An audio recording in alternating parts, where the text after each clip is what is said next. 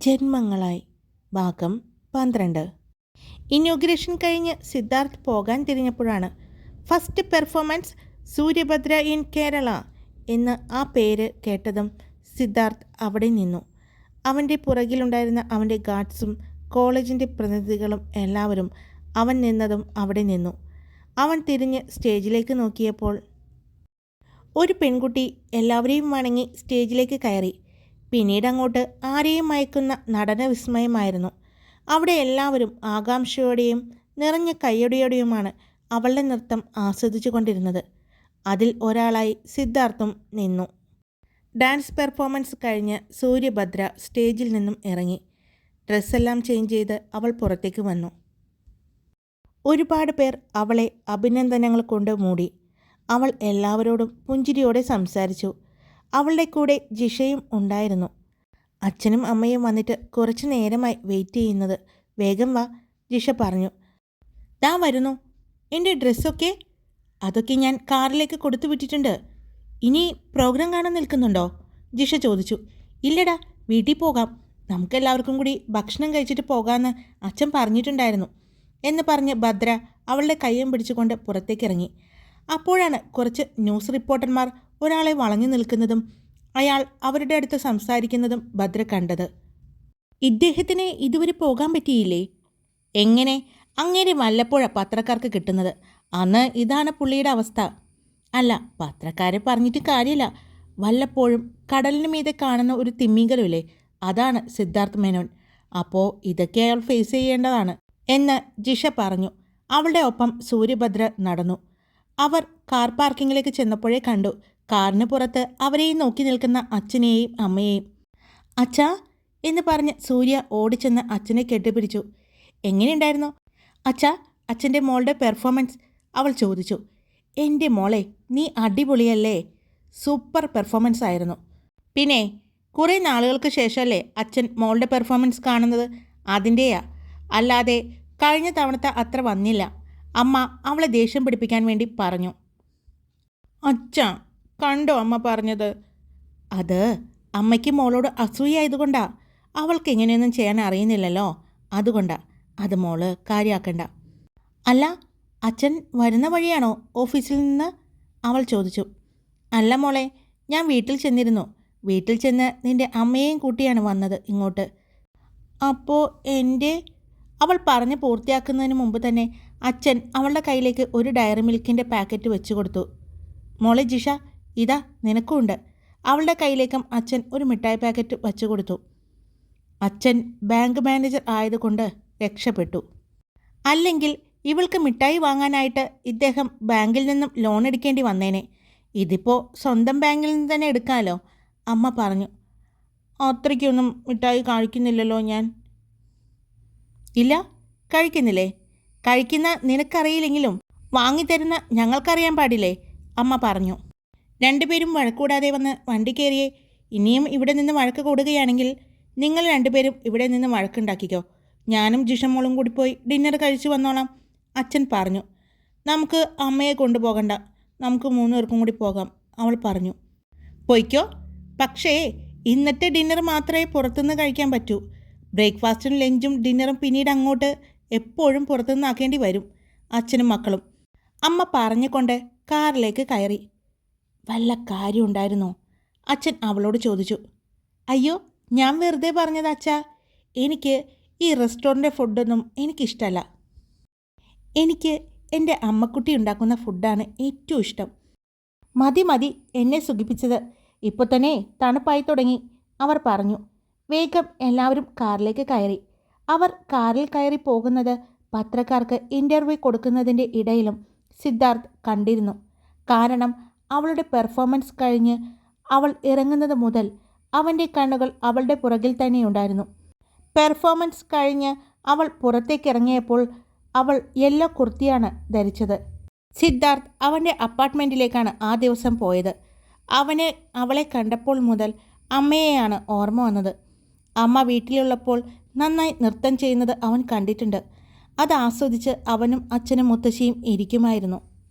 അച്ഛന് സങ്കടം വന്നാലും സന്തോഷം വന്നാലും അമ്മയെക്കൊണ്ട് നൃത്തം ചെയ്യിപ്പിക്കും. അതെല്ലാം ഓർത്ത് അവൻ്റെ ആ ലക്ഷറി അപ്പാർട്ട്മെൻറ്റിൽ ആ തണുത്ത ഡൽഹി നഗരത്തിൻ്റെ പുറം കാഴ്ചയിലേക്ക് ചൂട് കോഫിയും കപ്പുമായി അവൻ നിന്നു. ഇതേസമയം സൂര്യഭദ്രയും ഫാമിലിയും ഡൽഹിയിലെ പ്രശസ്തമായ ഒരു റെസ്റ്റോറൻറ്റിലേക്കാണ് ഡിന്നർ കഴിക്കാൻ പോയത്.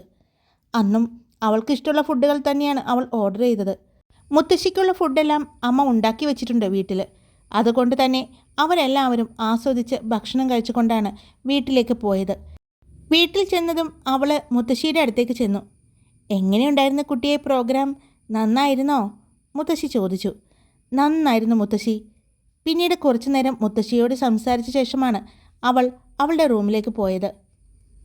ഡൽഹി നഗരം ഇപ്പോൾ തണുപ്പിൻ്റെ പിടിയിലാണ്.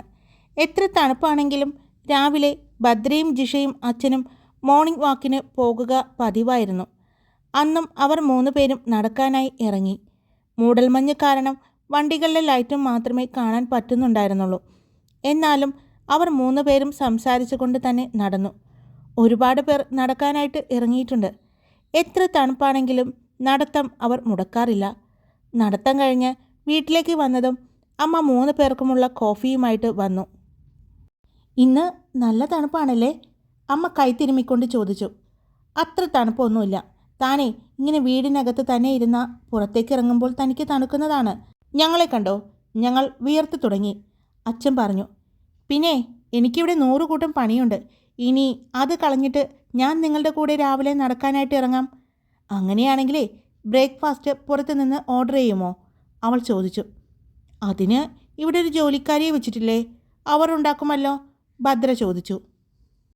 അവർ ഉണ്ടാക്കും. പക്ഷേ നിൻ്റെ അച്ഛൻ കഴിക്കുമെന്ന് ചോദിച്ചു നോക്കൂ, അമ്മ പറഞ്ഞപ്പോൾ ഭദ്ര അച്ഛനെ ഒന്ന് നോക്കി. അയാൾ പുഞ്ചിരിച്ചുകൊണ്ട് ഭാര്യയെ തന്നെ നോക്കുകയായിരുന്നു. നാണമില്ലല്ലോ സ്വന്തം ഭാര്യയെ നോക്കി ഇങ്ങനെ വായി നോക്കിക്കാൻ. ഭദ്ര അച്ഛനെ കളിയാക്കി. ഞാൻ എൻ്റെ ഭാര്യയല്ലേ നോക്കിയേ, നിനക്ക് അസൂയയാണ്, അയാൾ പറഞ്ഞുകൊണ്ട് വന്ന് ഭാര്യയുടെ തോളിലൂടെ ചേർത്ത് പിടിച്ചു. പിന്നെ ഭക്ഷണം ഉണ്ടാക്കുന്നത് അത് ആരുണ്ടാക്കിയാലും നിൻ്റെ അമ്മ ഉണ്ടാക്കുന്ന അത്ര രുചി ഇതുവരെയും വേറെ ആരും ഉണ്ടാക്കിയിട്ട് എനിക്ക് കിട്ടിയിട്ടില്ല. അതുകൊണ്ട് അതിനെക്കുറിച്ച് നീ പറയണ്ട, ഞാൻ സമ്മതിക്കില്ല. അമ്മയുടെ ഭക്ഷണത്തിൻ്റെ രുചി ഒന്നുകൊണ്ട് മാത്രമാണ് അച്ഛൻ ഞങ്ങളെയും ഈ ഡൽഹിയിൽ കൊണ്ടുവന്നിട്ടേക്കുന്നത്. മര്യാദക്ക് നാട്ടിൽ ജീവിക്കേണ്ട ഞാനും എൻ്റെ മുത്തശ്ശിയുമാണ് ഈ ഡൽഹിയിൽ വന്ന് ഈ തണുപ്പത്ത് നടക്കുന്നത്, ഭദ്ര പറഞ്ഞു. ഓഹോ, നിനക്ക് നാട്ടിൽ പോകണം. എന്നാ ഒരു കാര്യം ചെയ്യാം, നാട്ടിലെ ഏതെങ്കിലും കോളേജിലേക്കാക്കാം. ഹോസ്റ്റലിൽ നിൽക്കാമല്ലോ. എന്തു പറയുന്നു? അച്ഛൻ ചോദിച്ചു. അയ്യോ വേണ്ട, ഞാനും കൂടി ഇവിടെ ഇല്ലെങ്കിൽ ശരിയാകില്ല. ഇപ്പോഴും കല്യാണം കഴിഞ്ഞ് അധികമാകാത്ത പെണ്ണിനെയും ചെക്കനെയും പോലെ 2 പേരുടെയും നടപ്പ്. ഇപ്പോഴും എൻ്റെ അച്ഛനും അമ്മയാണെന്ന് പറഞ്ഞിട്ട് ആരും വിശ്വസിക്കുന്നില്ല. ഞാൻ സമ്മതിക്കില്ല, അവൾ പറഞ്ഞു. പിന്നെ വേണമെങ്കിൽ ഇപ്പോൾ ഒരു അനിയനെയോ അനിയത്തിയോ എനിക്ക് തരാം. എനിക്കിഷ്ടമാണ്. എനിക്കതുകൊണ്ട് ബുദ്ധിമുട്ടോ നാണക്കേടോ ഒന്നുമില്ല, ഭദ്ര പറഞ്ഞു. അയ്യേ, ഈ പെണ്ണിത് എന്തൊക്കെയാണ് പറയുന്നേ? അതും അച്ഛനോടും അമ്മയോടുമാണ് പറയുന്നതെന്ന് ബോധമുണ്ടോ നിനക്ക്? അവളുടെ അമ്മ ചോദിച്ചു. അയ്യേ എന്നോ? ഞാൻ ഇവളോട് പറഞ്ഞതാ അതിനെക്കുറിച്ച് ആലോചിക്കാമെന്ന്. പക്ഷെ നിൻ്റെ അമ്മ സമ്മതിക്കുന്നില്ല. അച്ഛൻ പറഞ്ഞതും അമ്മ അച്ഛൻ്റെ കയ്യിൽ തല്ലിക്കൊണ്ട് അവിടെ നിന്നും പോയി. നാണമില്ലാത്തൊരു അച്ഛനും മോളും. പോകുന്ന വഴി അവർ പറഞ്ഞുകൊണ്ടിരുന്നു. അയ്യോ, അമ്മയ്ക്ക് നാണം വന്നു, അവൾ പറഞ്ഞു. എന്നാലും അച്ഛാ, എനിക്കൊരു അനിയനെയോ ഒന്നല്ല 2-3 അനിയനെയോ അനിയത്തിയോ തരായിരുന്നു, അവൾ പറഞ്ഞു. അയാൾ മകളെ ചേർത്ത് പിടിച്ചു. നിൻ്റെ അമ്മ ഇപ്പോൾ ഇവിടെ നിന്നും പോയത് നാണം കൊണ്ടല്ല, സങ്കടം കൊണ്ടാണ്. ഞങ്ങൾക്കും ആഗ്രഹമുണ്ടായിരുന്നു. പക്ഷേ ദൈവം ഞങ്ങൾക്ക് ഒരു മകളെ മതിയെന്ന് തീരുമാനിച്ചിരുന്നു. അതുകൊണ്ട് അമ്മയുടെ ഗർഭപാത്രത്തിന് അത്രയും ശക്തി കൊടുത്തുള്ളൂ. എന്നുവെച്ച് ഞങ്ങൾക്ക് വിഷമമൊന്നുമില്ല കേട്ടോ. കാരണം ഞങ്ങൾക്ക് എല്ലാം കൊണ്ടും എല്ലാ കഴിവുമുള്ള ഒരു മിടുക്കിയായ മോളെ തന്നെ കിട്ടിയില്ലേ. ഞങ്ങൾക്ക് ഒരു മകൾ മതി. എത്രയോ ദമ്പതികൾക്ക് വിവാഹം കഴിഞ്ഞ് മക്കളില്ലാത്തവരായുണ്ട്. ഇവിടെ അങ്ങനെയൊന്നുമില്ലല്ലോ. ഞങ്ങൾക്ക് ഒരു തങ്കക്കുടം പോലത്തെ ഒരു മോളെ ദൈവം തന്നില്ലേ. അതുകൊണ്ട് നാം ഒന്ന് നമുക്കൊന്ന് എന്ന മുദ്രാവാക്യം ഞാൻ അന്വർത്ഥമാക്കി, അയാളുടെ വിഷമം മറച്ചു വെച്ചുകൊണ്ട് പറഞ്ഞു. അത് മനസ്സിലായതും അവൾ വിഷയം മാറ്റാനായി. അച്ഛാ, ഇന്ന് കോളേജിൽ പോകണോ? എന്താണെന്നറിയില്ല, നല്ല ക്ഷീണം. അതുമാത്രമല്ല ഭയങ്കര തണുപ്പും മൂടൽമഞ്ഞുമാണ്. എങ്ങനെയാ പോവാ? എന്ത് പറ്റി? പതിവില്ലാത്തൊരു മടി. എന്തെങ്കിലും പ്രശ്നം ഒപ്പിച്ചിട്ടുണ്ടോ? അയാൾ ചോദിച്ചു. ഏ ഇല്ല, പ്രശ്നമൊന്നുമില്ല അച്ഛാ, അവൾ പറഞ്ഞുകൊണ്ട് ഇടം കണ്ണിട്ട് ജിഷയെ നോക്കി. ജിഷ തലയാട്ടിക്കൊണ്ടിരുന്നു. അത് കണ്ടതും അച്ഛൻ അവളോട് ചോദിച്ചു, പറഞ്ഞോ, എന്ത് പണിയാ ഒപ്പിച്ചത്? പറഞ്ഞോ, അല്ലെങ്കിൽ ഞാൻ അമ്മയെ വിളിക്കും, അയാൾ പറഞ്ഞു. അയ്യോ വേണ്ട, ദേ അപ്പുറത്തെ ലതിക മിസ്സിനെ കൊണ്ട് തന്നെ തലവേദനയാണ്, ഇനി അച്ഛനും കൂടി എന്നെ ടോർച്ചർ ചെയ്യല്ലേ. എന്നാ കാര്യം പറഞ്ഞോ? കാര്യം അത് ഞങ്ങളുടെ കോളേജിൽ പുതിയൊരു മിസ്സ് വന്നിട്ടുണ്ട്. ആള് ഒരു ഹൈദരാബാദുകാരിയാണ്. പക്ഷെ കണ്ട നല്ല അസൽ മോഡലിനെ പോലെ ഇരിക്കും. ആ മിസ്സിന് എന്നെ കാണുമ്പോൾ വല്ലാത്ത ചൊറിച്ചിലാണ്. എന്തോ പ്രോജക്റ്റ് സബ്മിറ്റ് ചെയ്യാൻ പറഞ്ഞിട്ടുണ്ടായിരുന്നു, പക്ഷേ ഞാൻ മറന്നുപോയി. ഇന്നലെ രാവിലെ പ്രോഗ്രാം നടക്കുന്നതിന് മുമ്പ് എന്നോട് ചോദിച്ചപ്പോൾ ഞാൻ പറഞ്ഞു. അവൾ അകത്തേക്ക് നോക്കി. അമ്മ വരുന്നുണ്ടോ എന്നാണ് ആ നോട്ടത്തിനർത്ഥം. പിന്നെ ജിഷയെയും നോക്കി. ഞാൻ പറഞ്ഞു അച്ഛന് പനിയായിരുന്നു, ഹോസ്പിറ്റലായിരുന്നു, അതുകൊണ്ട് കൂട്ടിരിക്കാൻ ആരും ഉണ്ടായില്ല. വീട്ടിൽ മുത്തശ്ശി ഉള്ളതുകൊണ്ട് മുത്തശ്ശിയെ നോക്കാൻ അമ്മ വീട്ടിലിരുന്നു. ഞാൻ അച്ഛനെയും കൊണ്ട് ഹോസ്പിറ്റലായിരുന്നു. അച്ഛന് നല്ല പനിയായിരുന്നു, സീരിയസ് ആയിരുന്നു എന്നൊക്കെ പറഞ്ഞു. ദൈവമേ, നീ ഞാൻ മരിച്ചു എന്ന് പറയാഞ്ഞത് ഭാഗ്യം, അയാൾ നെഞ്ചിൽ കൈവച്ചുകൊണ്ട് പറഞ്ഞു. അവൾ വേഗം അച്ഛൻ്റെ ആ നെഞ്ചിൽ തടവിക്കൊണ്ട് പറഞ്ഞു. അയ്യോ അതൊന്നുമല്ല, ഇത് ചെറിയൊരു പനി, അത്രേ ഞാൻ പറഞ്ഞുള്ളൂ. ദേ അല്ലെങ്കിൽ ജിഷയോട് ചോദിച്ചു നോക്ക്. അവൾ പറഞ്ഞതും അച്ഛൻ ജിഷയെ നോക്കി. ആണോ മോളെ, പനി തന്നെയാണോ ഇവള് പറഞ്ഞത്? അതെങ്കിൽ പനി തന്നെയാണ് പറഞ്ഞത്, പക്ഷേ പനിയുടെ പേരും കൂടി പറഞ്ഞിട്ടുണ്ടായിരുന്നു അല്ലേ? ജിഷ ചോദിച്ചതും ഭദ്ര അവളെ കണ്ണുരുട്ടി കാണിച്ചു. ഈശ്വര, എന്തു പനിയാണെന്ന് ഇവള് പറഞ്ഞത്? അത് പിന്നെ വേറൊന്നല്ല, ചെറിയ ഡെങ്കിപ്പനിയാണെന്നാണ് പറഞ്ഞേ. അതുകൊണ്ട് ഇവളോട് കുറച്ച് ദിവസത്തേക്ക് ക്ലാസ്സിൽ വരണ്ടാന്ന് പറഞ്ഞു. അതുകൊണ്ട് ഇവൾക്ക് 2-3 ദിവസത്തേക്ക് ക്ലാസ്സിൽ വരാൻ പറ്റില്ല. നന്നായി. അപ്പോൾ എന്താ മക്കളുടെ പരിപാടി? ഞാൻ അമ്മയോട് പറയും, കാരണം നീ എനിക്ക് ഡെങ്കിപ്പനിയാണെന്നാണ് പറഞ്ഞിരിക്കുന്നത്, അച്ഛൻ പറഞ്ഞു. അച്ഛാ എന്നെ സഹായിക്കുക അച്ഛാ, പ്ലീസ്. ഞാൻ അച്ഛൻ്റെ ഒപ്പം ബാങ്കിലേക്ക് വരട്ടെ? അവൾ ചോദിച്ചു. ദൈവമേ, ബാങ്ക് പൊട്ടിക്കാനാണോ? അച്ഛാ, എൻ്റെ പൊന്നു മോളെ, ഞാനൊന്ന് പൊക്കോട്ടെ. എനിക്ക് മാന്യമായിട്ട് റിട്ടയർ ചെയ്യണമെന്നൊരാഗ്രഹമുണ്ട്.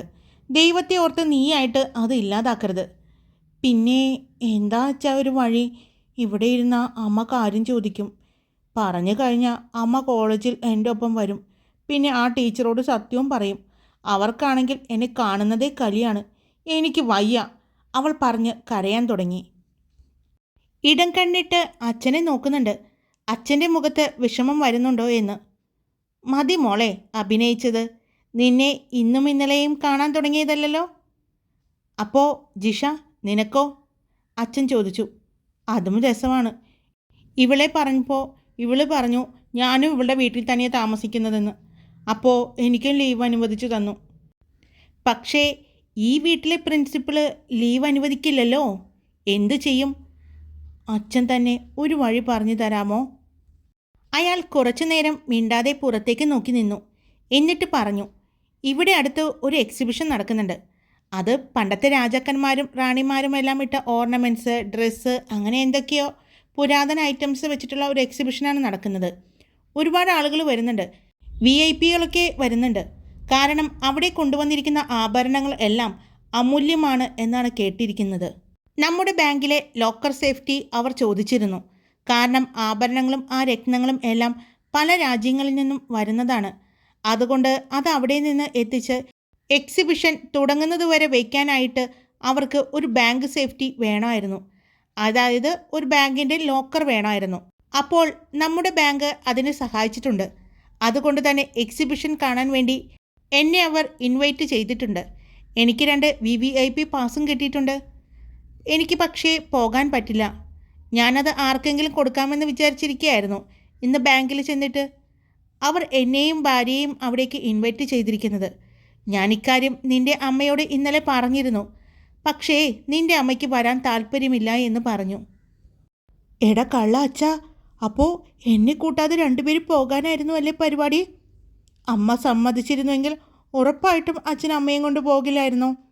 എന്നെ കൊണ്ടുപോകാതെ 2 പേരും കറങ്ങാനായിരുന്നു അല്ലേ പരിപാടി?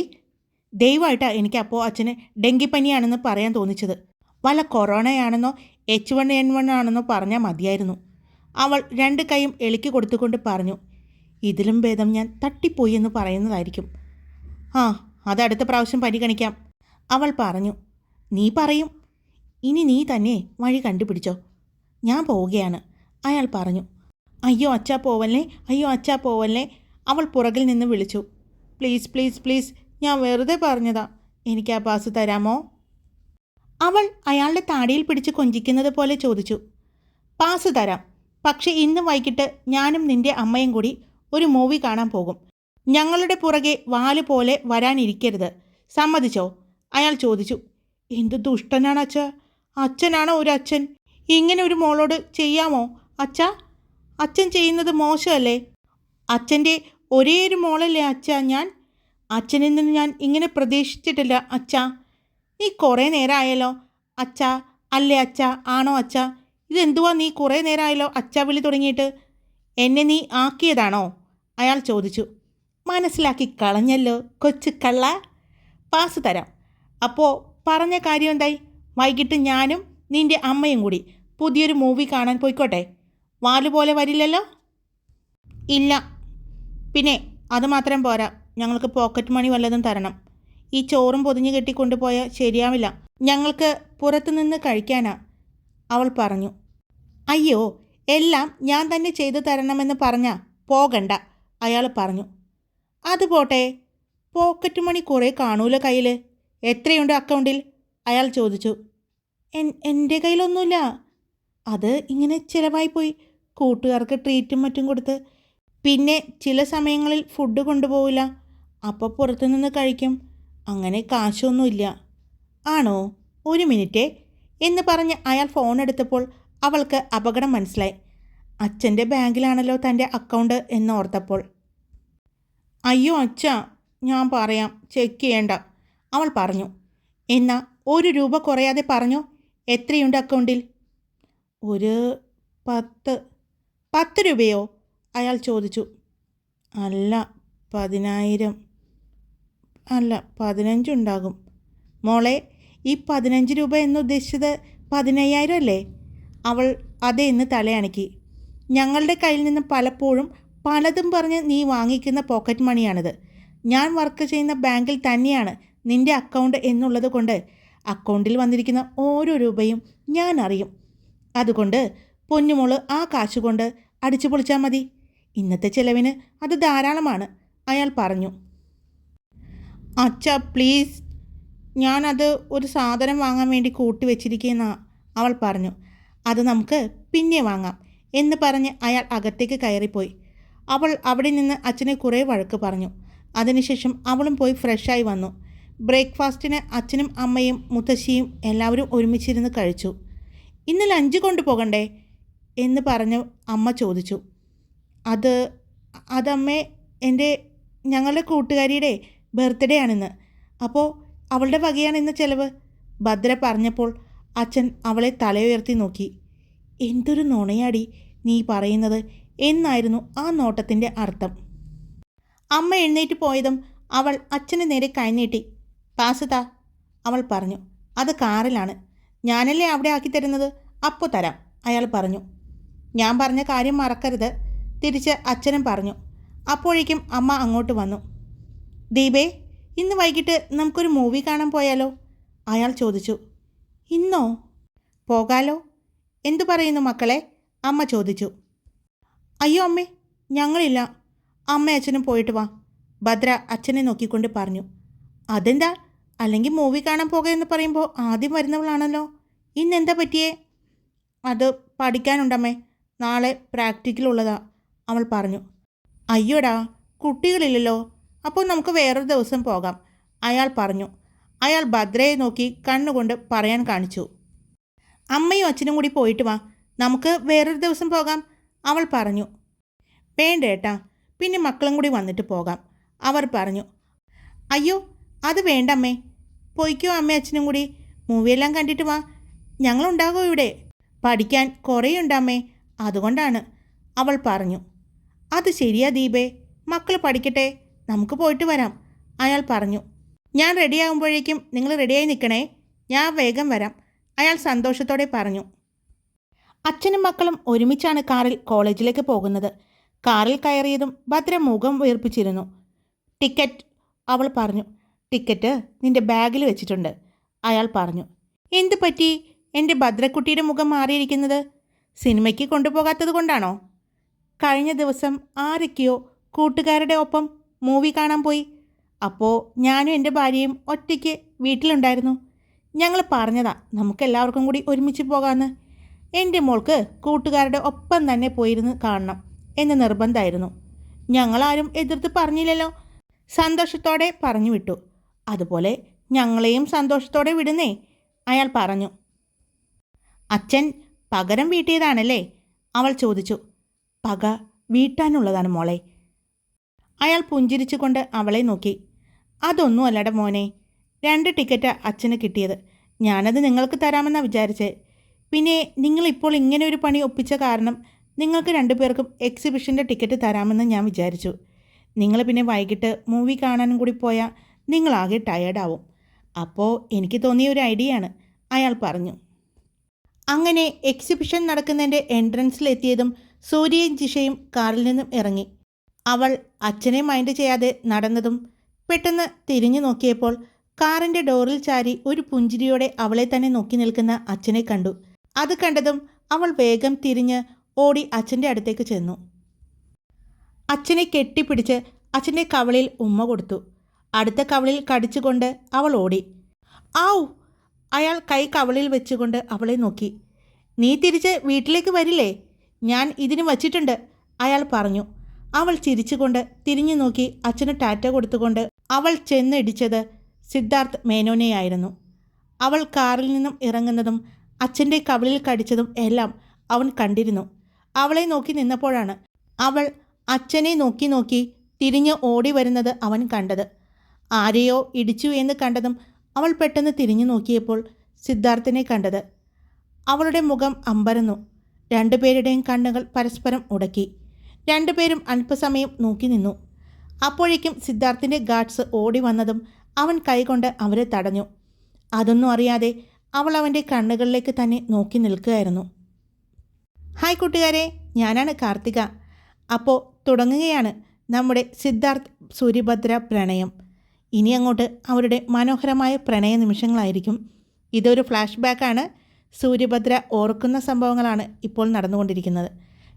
പിന്നെ മോന് എക്സാമാണ്, എല്ലാ ദിവസവും അടുപ്പിച്ചടുപ്പിച്ച് എക്സാമുണ്ട്. എനിക്ക് പഠിപ്പിക്കേണ്ട തിരക്ക് കൊണ്ട് മാത്രമാണ് ലേറ്റ് ആവുന്നത്. കുട്ടികളുള്ള എല്ലാവർക്കും മനസ്സിലാവുമെന്ന് ഞാൻ വിശ്വസിക്കുന്നു.